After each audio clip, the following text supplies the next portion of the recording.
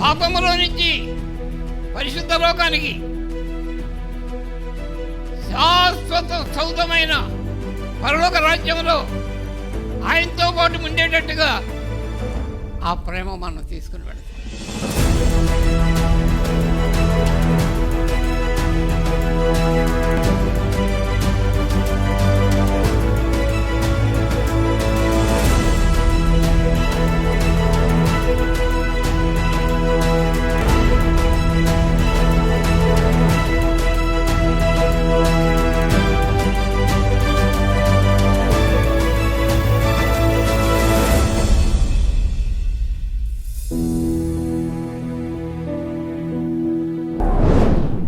కొద్ది నిమిషాలు దేవుని వాక్యంలోనికి వెళదామా? సరే, ఈరోజు సామెతల గ్రంథము 28వ అధ్యాయంలో 20వ వచనం. నమ్మకమైన వానికి దీవెనలు మెండుగా కలుగును. Praise God. అందరూ దేవుని స్తోత్రం చూద్దాం. ఎలాంటి వారికి దీవెనలు అందరూ కోరుకుంటారు. నమ్మకం ఉన్నా లేకపోతే కోరుకుంటారు, దీవెనలు కోరుకుంటూనే ఉంటారు. కానీ దీవెనలు మెండుగా ఎవరికి వస్తాయి? ఎందుకు దీవించబడలేకపోతున్నాం, ఎందుకు ఆశీర్వదించబడలేకపోతున్నాము అనేది మన జీవితంలో ప్రశ్న. అవునదా? దేవునికి స్తోత్రం. లేఖనం ఏం చెబుతుంది? దానికి ప్రశ్నకు సమాధానం ఏమి చెబుతుంది? నమ్మకమైన వారికి దీవెనలు మెండుగా కలుగుతాయి. నీ నమ్మకత్వాన్ని బట్టే దేవుడు నిన్ను దీవిస్తాడు. నీ నమ్మకత్వాన్ని బట్టే దేవుడు నిన్ను ఆశీర్వదిస్తాడు. నీ నమ్మకత్వాన్ని బట్టి దేవుడు నిన్ను వర్ధనలు చేస్తాడు. నీకు కావలసిన ప్రతి దాంట్లో కూడా కావలసిన సంపూర్ణత నీకు ఇచ్చి ఆయన నిన్ను ముందుకు నడిపిస్తాడు. ఎందుకంటే ప్రియ దేవుని బిడ్డలారా, లేఖనం చెప్తున్న మాటలు మనం కొంచెం జ్ఞాపకం చేసుకున్నట్టయితే ఎవరెవరు ఎలాంటి నమ్మిక కలిగి ఉన్నారో లేఖనంలో అనేది ప్రాముఖ్యమే. కొరింథీ పత్రికలో 1 కొరింథీ 1:9, మన ప్రభు అయిన యేసుక్రీస్తు అను తన కుమారుని సహవాసమునకు మిమ్మల్ని పిలిచిన దేవుడు నమ్మతగినవాడు. ఆమేన్. మనల్ని పిలిచాడు. దేనికోసం పిలిచాడు? ఎవరి కోసం పిలిచాడు? ఆ మాట చదవండి మళ్ళీ ఒకసారి. ఆ మాటలో దాని భావం అదే. మన ప్రభు అయిన యేసుక్రీస్తు అను తన కుమారుని సహవాసం, తన కుమారునితో ఏం చేయాలి? సహవాసం చేయాలి. ఊరికే కాదు. ఏదో మన వాళ్ళు ఎక్కడ ఉంటారు, నక్కెక్కడ నాగలోకం ఎక్కడ సామెత ఉంది కదా. మనం ఎక్కడ? అధపాతాళముతో, పాపము చేత, అపరాధం చేత సచ్చిన వారయ్యండి. సచ్చిన వాళ్ళ నుంచి ఏ వాసన వస్తుందండి?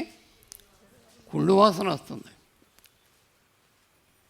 జీవితంలో ఎన్నో రకాలుగా ఉండవలసిన జీవితం, అభివృద్ధి చెందవలసిన జీవితాన్ని అకావికలు చేసి సాతాను కాపురం ఉంటున్నాడు జీవితంలో. ఉంటే దేవుడు ఉండాలి, లేకపోతే ఎవరుంటారు? దెయ్యం ఉండాలి. ఈ రెండుకి మించి దేవుడు ఏదిక. అందుకని అయితే ఏమంటున్నాడు? ఆ సహవాసం వద్దు, ప్రపంచంలో ఏ సహవాసం వద్దు, ఎవరితో సహవాసం వద్దు. నా కుమారుడు భూలోకంలో వస్తున్నాడు, నా కుమారుడితో సహవాసం చేయండి. నా కుమారుడితో సహవాసం చేస్తే ఆయన స్వారూప్యంలోకి మార్చబడతారు. ఏ స్వారూప్యం? మార్చబడతారు. ఆయన స్వారూప్యంలోకి మార్చబడాలి జీవితాలు. ఆయన స్వారూప్యంలోకి మార్చబడితే ఆ సహవాసం వల్ల మనకు మరి మేలు కలుగుతుంది. ఎందుకంటే ఆయన ఏమై ఉన్నాడు, మనము కూడా అదే అవుతాం. ఆయన ఎక్కడ ఉంటున్నాడో మనం కూడా అక్కడికే వెళతాం. ఆయన స్వరూపంలోకి మార్చబడినప్పుడు ఆయన రాజ్యానికి వారసత్వాన్ని తీసుకొచ్చాడు మనకి. మీరు కూడా నాతో పాటు నా రాజ్యంలో ఉంటారు, నాతో పాటు నా రాజ్యంలో నా తండ్రి సింహాసనం మీద ఆసీనుడై ఉంటారు అని చెప్పబడిన మాట ఎంతో ప్రముఖమైన మాట. అందుకని ఎందుకు ఇంత తక్కువ దాన్ని ఎంచుకున్నాడు? ఎందుకు ఈ జనం రాజు లేరా, అధికారం లేరా? అందరిలో ఉంది ఆత్మే, అందరిలో ఉన్నది ఆ రక్తమే, అందరిలో ఉన్నది ఆ మాంసమే. రక్త మాంసములు కలిగిన ప్రతివాడు కూడా ఆయన రూపంలో సృజించబడ్డాం. ఆయన రూపంలో సృజించబడ్డాం. అందుకని ఆయన ప్రేమ ఈ విధంగా వెల్లడి చేశాడు. ఆ ప్రేమ ఏంటంటే, దేవుడు లోకమును ఎంతో ప్రేమించను కాగా తన అద్వితీయ కుమారుని యందు విశ్వాసం ఉంచువాడు నశింపక నిశ్చయం పొందుతాడు. ఇక్కడ చూడండి, ఈ మాట ఎక్కడికి తీసుకుని వెళుతుంది? మనని ఆ సహవాసం ఎక్కడికి తీసుకుని వెళుతుంది? మరణములో నుంచి ఎక్కడికి? పాపములో నుంచి పరిశుద్ధ లోకానికి, శాశ్వత సౌధమైన పరలోక రాజ్యంలో ఆయనతో పాటు ఉండేటట్టుగా ఆ ప్రేమ మనం తీసుకుని వెళుతుంది. అందుకని ఎవరిని పంపించాడు చెప్పండి? కుమారుని పంపించాడు. కుమారుడితో ఏం చేయాలి? సహవాసం చేయాలి. అందుకనే మనం కూడా అందుకని మొదటి కీర్తనలో ఏమంటాడు? దుష్టుని ఆలోచన చొప్పున వద్దు, ఎవరితో మాట మీరు సహవాసం చేయవద్దు. పంపించిన తన కుమారుడైన యేసు క్రీస్తు యొక్క సహవాసమునకు దేవుడు మనల్ని పిలుస్తున్నాడు, నిన్ను పిలుస్తున్నాడు. సహవాసం చేస్తే ఏమవుతుంది? మన హృదయాన్ని దేవాలయంగా మారుస్తాడు. నీ జీవితాన్ని చెప్పండి, గట్టిగా చెప్పండి. దేవాలయం అంటే ఏంటి? దేవాలయం అంటే ఏంటి? దేవుడు నివసించే పవిత్రమైన స్థలం. అపరిశుద్ధ స్థలాల్లో, హేయమైన స్థలాల్లో, హేయమైన జీవితాల్లో దేవుడు నివసించడు. నువ్వు 10 గుళ్ళు కట్టించు, 10 గోపురాలు కట్టించు, 10 దాన ధర్మాలు చేయి, మంచిదే, కాదనడం లేదు. కానీ ఒకటి, నీ పరిశుద్ధత లేకపోతే ప్రభుని ఎవ్వరూ చూడలేడు. పరిశుద్ధత లేకపోతే ప్రభుని ఎవ్వడూ చూడలేడు. అందుకనే దేవుని సన్నిధిలో నిరాటంకంగా, నిరభ్యంతరంగా మనం పరిశుద్ధతను ఎప్పుడూ కాపాడుకునే వారమై ఉండాలి. పరిశుద్ధత విషయంలో చాలా జాగ్రత్తగా ఉండాలి.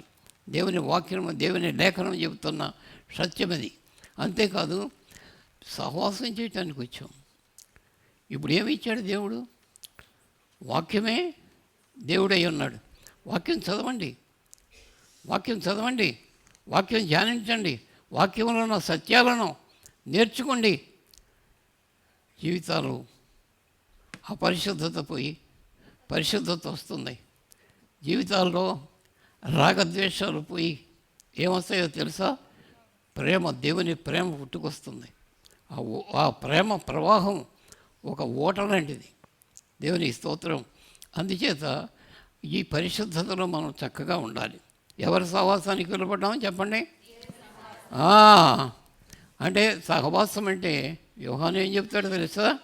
తండ్రి యొక్కయు, కుమారుని యొక్కయు, పరిశుద్ధాత్మ యొక్కయు. అందరూ దేవుని స్తోత్రం చెప్పండి. ఏ పాటి వారం ప్రభు? మనం ఎంతటి వారం ఆయనతో సహవాసం చేయడానికి, ఆయన్ని ప్రభువా అని పిలవడానికి యోగ్యత, అర్హత లేని దూరత్వము. కానీ యేసు క్రీస్తు తన రక్తము చేత మనం శుద్ధి చేసి మన పాపదోషాలని కడిగి ఆయన ఒక్క మాట చెప్పాడు, మీ పాపములు ఎప్పుడు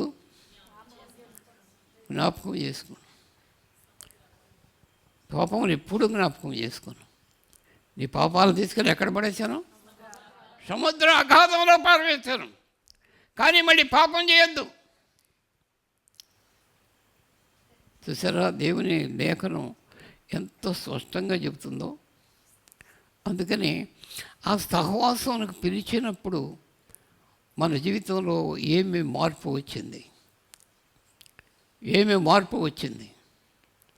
దేవునికి స్తోత్రం. విశ్వసించిన వారందరూ కూడా ఆయన ద్వారా రక్షణ పొందుట దేవుని చిత్తము. హల్లెలూయా. విశ్వసించిన వారందరూ ఏం పొందాలి? రక్షణ పొందడం. అంటే రక్షణ పొందడం అంటే భయంకరమైన నరక శిక్ష నుంచి విడుదల పొంది నిత్యరాజ్యంలో దేవదేవునితో యుగయుగాలు జీవించడమే మన జీవితం యొక్క ధ్యేయం. అందుకని మన దేవుడు ఎలాంటి వాడు అన్నాడు? నమ్మదగినవాడు. ఎందుకంటే ఆయన ఒక మాట అన్నాడు, దేవా నీవు నాకు ఇచ్చిన పనిని నేను సంపూర్తిగా నెరవేర్చాను.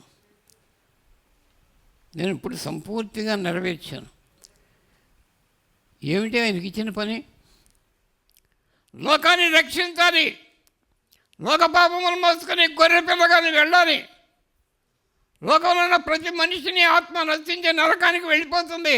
నరకంలోంచి తప్పించి వారిని నిత్య జీవనకు నడిపించాలి అనే ముఖ్యమైనటువంటి ఈ విషయాన్ని గురించి తండ్రి కుమారుని పంపించాడు.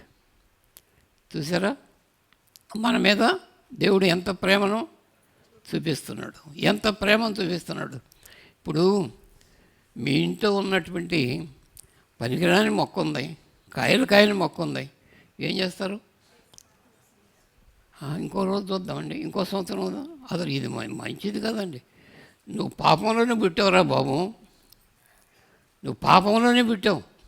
నీ తల్లి నిన్ను పాపంలోనే కంది. పాప సముద్రంలో కొట్టుకొని వెళ్ళిపోతున్నావు, పాప సముద్రంలో ఉండవు నువ్వు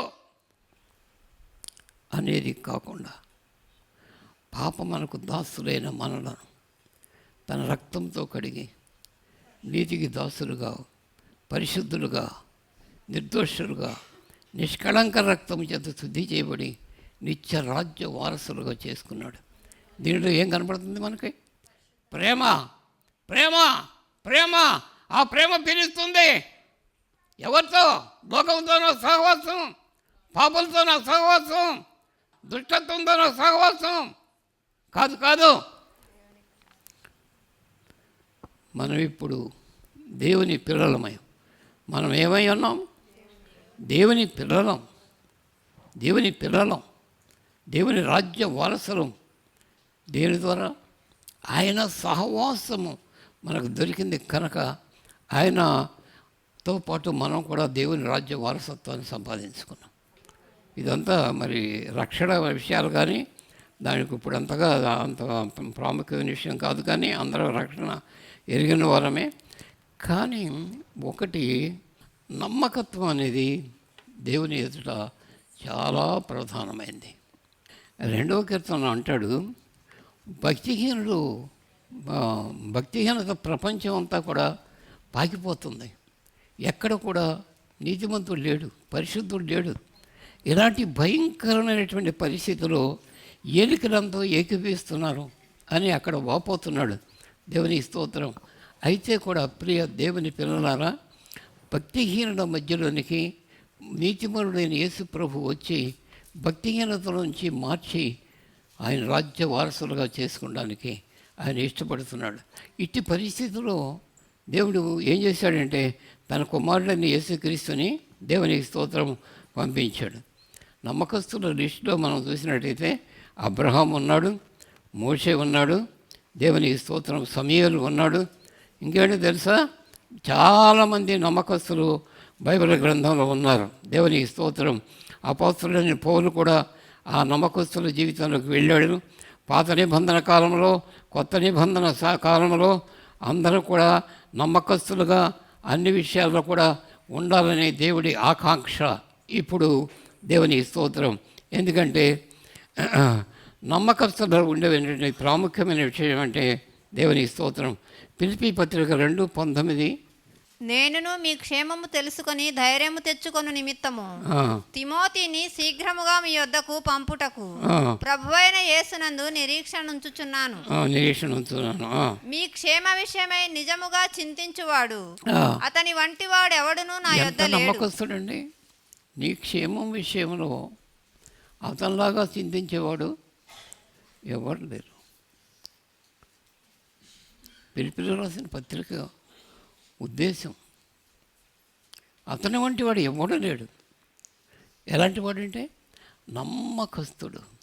నమ్మకస్తుడు అప్పగించిన పనిని చక్కగా చేయగలిగిన శక్తివంతుడు. అప్పగించిన పనిని సంపూర్తిగా అప్పగించినట్టుగా, దాంట్లో రెండోది ఏంటంటే కలిపి చెరపకుండా ఆయన ఏ పనిని ఎలా అప్పగించాడో ఆ పనిని నమ్మకముగా చేయగలిగిన నమ్మకస్తుడు. చదవమ్మా, ఆ మాట పూర్తి చేయి. అందరూ తమ సొంత కార్యములనే చూసుకుంటున్నారు కానీ యేసుక్రీస్తు కార్యములను చూడరు. ఎవరు చూడరు. ఏంటి? నాకు చేయాలి, నా సమస్యలు పూర్తి చేయాలి, నా సంగతులు పట్టించుకోవాలి అనే కానీ అసలు దేవుని సంఘము యొక్క ప్రాముఖ్యత, దేవుని సంఘము ఏం చేయాలి, జీవం కలిగిన దేవుని సంఘము ఎలా జీవించాలి అనే దాని గురించి ఆలోచించేవాళ్ళు. అందరూ తమ సొంత కార్యాలే. ఇప్పుడు మీ మనసులో ఉన్నాయి కొనుక్కోండి. మీ మనసులో ఉంటే ఎంతసేపు దేవుని దగ్గరికి వెళ్తే ఏమి దొరుకుతుంది అనేది ఆలోచిస్తాం, కానీ దేవునికి నేనేమి చేయాలి ఈ ఆలోచన ఎంతమందిలో ఉంది? ఎలాంటి ప్రజలు వచ్చారు? తమ సొంత కార్యాలు చూసుకునేవాళ్ళు, తన సొంత పద్ధతిలో నడిచేవాళ్ళు. తనని దేవుడు కొన్నిసార్లు ఏంటో తెలుసా, దేవుణ్ణే మన పద్ధతిలోకి బలిచేసే మహానుభావులు ఉంటారు. కొంతమంది మన పద్ధతులకు లాగేసేవాళ్ళు, ఈడ్చుకొని వెళ్ళిపోవాలని ప్రయత్నం చేసేవాళ్ళు ఉంటారు, కొంతమంది ఉంటారు. అలా కాకుండా దేవుని మందిరములో దేవుడు నివసిస్తున్నాడు. రెండవది ఏంటో తెలుసా, ఈ శరీరంలో ఉన్న ప్రతి అవయవము కూడా క్రీస్తు యొక్క శరీరంలో అవయవమే. అందుకని ఏంటంటే ఈ సంఘమును గురించిన బాధ్యత మనలో ఉంది. ఈ సంఘమును గురించిన చింత మనలో ఉండాలి. ఈ సంఘ అభివృద్ధి కొరకు, ఈ సంఘ క్షేమం కొరకు నేనేమి చేయాలి, నా వంతు నేనేం చేయాలి. దేవునికి స్తోత్రం. కొన్ని ఆచార సాంప్రదాయాలకు మనం సిద్ధపడి పెడతాం, కట్టుబడి ఉంటాం. దేవునికి స్తోత్రం. అందుకని ప్రతి దాంట్లో కూడా మనం ఆచారం మనకు అవసరం లేదు. శరీరంలో ఏ అవయవం అయితే ఏంటండి, ఎడమ చేతికి కుడి చేతికి అండి, నన్ను అడిగితే ఎడమ చేయే మంచిది. ఇవన్నీ మనం పెట్టుకున్న సిద్ధాంతాలే కానీ దేవునికి స్తోత్రం ఆచార సాంప్రదాయాలు కాదు. ఏది మన జీవితంలో ఆచారం అనేది ఎక్కడ ఉండకూడదు. దేవునికి స్తోత్రం. అందుకని కొన్ని సందర్భాల్లో మనం చేసే కొన్ని పనులు మాత్రం మనుషులను సంతోషపెట్టాలని చేసే పనులు మాత్రం అంత మంచివి కాదు. దేవునికి స్తోత్రం. ఎందుకంటే ఒక్కసారి దానియేలు గ్రంథంలో 6వ అధ్యాయంలో 4వ వచనం చదువుతారా? అందుకు ఆ ప్రధానులు అధిపతులను రాజ్యపాలన విషయంలో దానియేలు మీద ఏదైనా ఒక నింద మోపవలనని ఉంది. అది ఏం మోపాలి? ఏదైనా ఒక నింద. మంచి చెట్టుని కాయలుగా ఇస్తే ఉంచుతారండి, రాళ్ళు దెబ్బలు తగులుతాయి. మంచి చెట్టుని కాయలుగా ఇస్తే ఎవరు ఊరుకోరు. ఆ రోజుల్లో, ఆ కాలంలో భక్తి నియమాల్లో అత్యధికమైనటువంటి భక్తి సాంప్రదాయాలతో మరి పనిచేసిన వాడు దానియేలు. చదవమ్మా. అందుకు ఆ ప్రధానులను అధిపతులను రాజ్యపాలన విషయంలో దానియేలు మీద ఏదైనా ఒక నింద మోపవలనని ఉండి. ఏంటి లోకం ఏం చూస్తుందండి? నింద, అపనిందలు, నింద మోపాలని చూస్తుంది. అనవసరమైన ఆరోపణలు, అనవసరమైన నిందలు, అనవసరమైనటువంటి ప్రతికూల పరిస్థితులను తీసుకురావడానికి నీతిమంతుని చూసినప్పుడు అనేక మంది హృదయాలు ఏమైపోతాయో తెలుసా? గర్భిలైపోతాయి. నీతిమంతుడిని చూసినప్పుడు నేను ఆ నీతిమంతుడిలాగా ఉండలేకపోతున్నానే, నేను ఆ పరిశుద్ధుడిలాగా ఉండలేకపోతున్నానే, నేను దేవుని ప్రజల్లాగా నా పవిత్ర జీవితాన్ని కనపరచలేకపోతున్నానే అని చింతించవలసిన సమయంలో ఏం జరుగుతుంది చెప్పండి? నింద మోపటం తేలిక. అయితే ఏమైందమ్మా? ఆ నింద మోపితే నింద మోపవలనని ఉండి తగిన హేతువు కనిపెట్టుచుండిరి కానీ దానియేలు ఎందుకంటే నీతిమంతుల మీద రాళ్ళు వేయటానికి, నీతిమంతులను సిరివేయటానికి, నీతిమంతుని దేవునికి స్తోత్రం నిందతో నింపేసి అక్కడేమి లేదండి, ఆ సంఘంలో ఏదండి, ఆయనలో ఏమి లేదండి, ఆయన సామాన్యమైన మనుషులతో పోల్చి చూడటానికి నీతిమంతులకు తగదు. దేవునికి స్తోత్రం. నీతిమంతులు సామాన్యమైన మనుషులు కారు. ఉదయకాలం సూర్యుని పోలిన మా మనుషులు వాళ్ళందరూ కూడా దేవునికి స్తోత్రం. అందుచేత నీతిమంతులైన వారిని నిందకు ఆస్పదంగా చేసేస్తున్నారు. చూశారు. కానీ దానియేలు నమ్మకస్తుడై ఎలాంటి వాడండి అంటే నమ్మకస్తులు దేవుని వాక్య ప్రకారం జీవిస్తారు. నమ్మకస్తులు ఏ నేరం మోపినా సరే భయపడాల్సిన అవసరం లేదు. అక్కడ మనకు రాయబడిన మాట ఏంటి? మొదట చదువుకున్న మాట ఏంటి?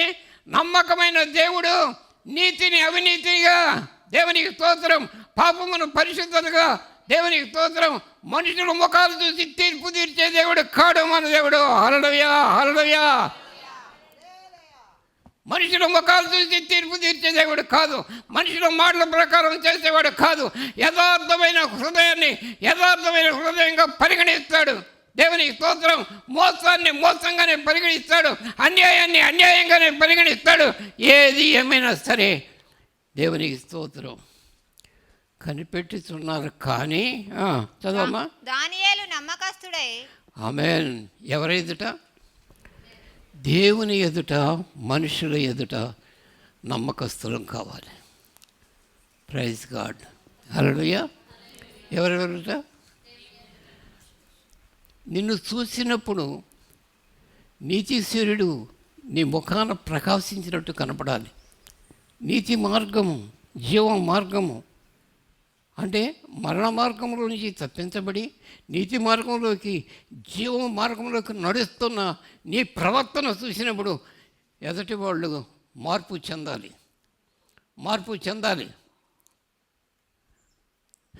అర్ధంతరంగా అడ్డగోలుగా పట్టుకుని ఆ నీతిమంతుని సిరివేయండి, ఈ బరబ్బాని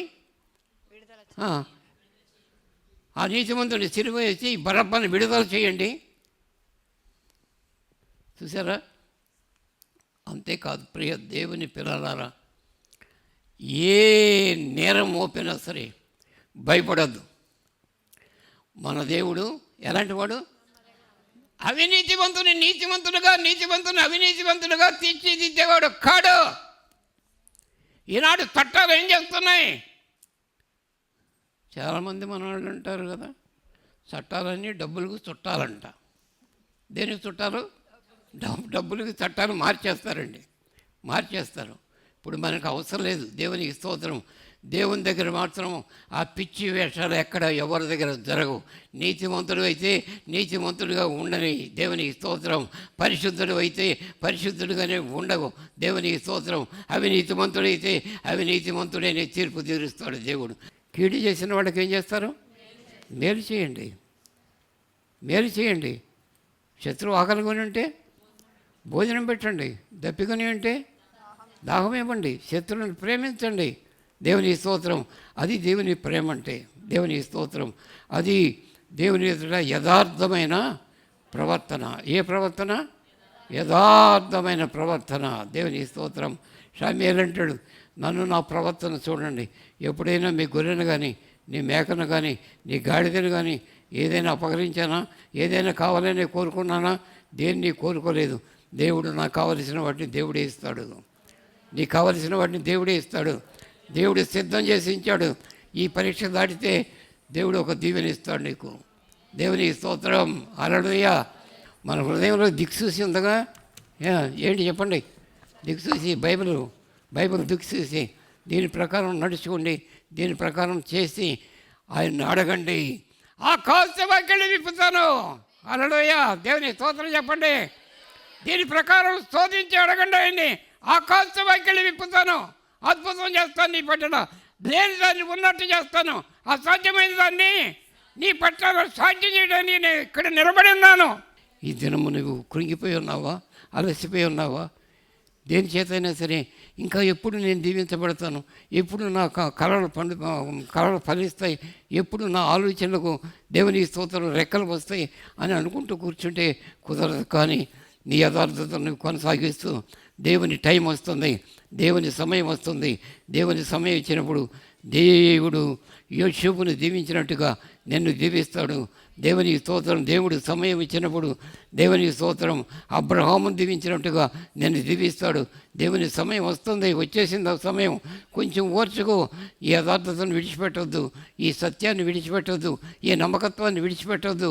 విడిచిపెట్టకుండా నిందారహితంగా జీవించు, యథార్థ హృదయంతో జీవించు. ఒక నిమిషం ప్రార్థన చేసుకుందామా? తలలు వంచండి. ప్రభువా, ఈ ప్రత్యేక సందర్భంలో మీ మాటలు మమ్మల్ని ఎంతగానో బలపరిచినాయి. కృంగిపోయి అలసిపోయిన జీవితాలకు సేద తీర్చగలిగిన మాటలు, న్యాయానికి తగినటువంటి ప్రవర్తన, న్యాయ ప్రవర్తన తగినట్టుగా ప్రభా దీవెన అనే మాటలు కొన్ని మాటలు నేర్చుకున్నాం తండ్రి. ఆ దీవెన ప్రకారం నీ సంఘ పిల్లలు ఈ దినమందు అలాంటి దీవెనకు ఎంతమంది యోగ్యులుగా ఉన్నారో, అలాంటి ప్రవర్తన ఎంతమందికి ముందు ఉన్నదో ఆ ప్రవర్తన జ్ఞాపకం చేసుకొని వారికి కావలసిన దీవెనలు అనుగ్రహించడానికి ద్వారం దగ్గరే నిలబడ్డావు తండ్రి. ప్రభువా, ఈ కార్యం సఫలం చేసి వారికి ప్రభువా మరింతగా నమ్మకమైన సాక్షులుగా, మరింత యథార్థమైన సాక్షులుగా, మరింత సద్భక్తి చేస్తూ నీ కోసం, నీ చిత్తం కోసం విరిగి నలిగిన మనసు గలవారి నేను సేవించేటట్టుగా కృప చూపించండి. ఈ దిన వాక్యమును విన్న బిడ్డలందరినీ దీవించి వారి జీవితంలో గొప్ప కార్యం జరిగించి మయం పొందండి. యేసు నామములో అడుగుతున్నాము తండ్రి. Amen, amen, amen, amen.